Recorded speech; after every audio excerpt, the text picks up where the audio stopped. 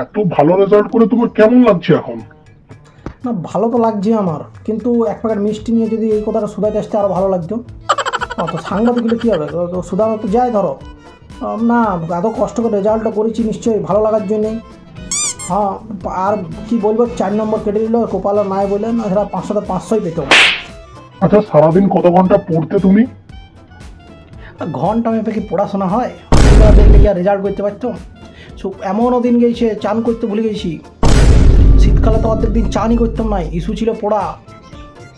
মানে এমন অবস্থা ছিল তখন, কি বলবো, বলা কিছু নাই তোমাদেরকে। আমি আমার পাস্ট দেখাবো কী করে, পাস্ট তো আর ভিডিও রেকর্ডিং করে রাখতে পারি নাই আমি। পড়ার বই ছিল নাই, খাতা ছিল নাই, তখন তুমি খবর লাও নাই। আর কোনো দিন ঘন্টা মেপে আমি পড়তাম নাই, সবসময় বই নিয়ে বসে থাকতাম। আচ্ছা, তোমার এই রেজাল্টের পেছনে কার হাত সব থেকে বেশি? না, আমার এই রেজাল্টের পেছনে মাদুলির হাত। আমার দিদা পুরোনো দিনের মানুষ, কোথায় গেল একদিন, নিয়ে আরে মাদুলি করাই নিয়ে এলো, নিয়ে গলায় পরাই দিল, নিয়ে বলছে ভালো রেজাল্ট হবে। হ্যাঁ, ফার্স্ট হয়ে গেলাম, ভাবি তুমি ফার্স্ট হবো, এরকম ব্যাপার। মানে বই পড়ো পড়ো না পড়ো না পড়ো, মাদুলি পড়ো তুমি।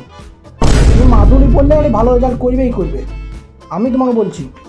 হ্যাঁ, মাদুলি তোমাকে পড়তে হবে। তোমার মাদুলি তুমি গলায় পড়ো, কোমরে পড়ো, পেটে পড়ো, কিন্তু পড়ো।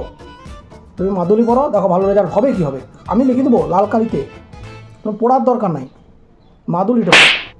আচ্ছা, এর পরের প্ল্যান কি?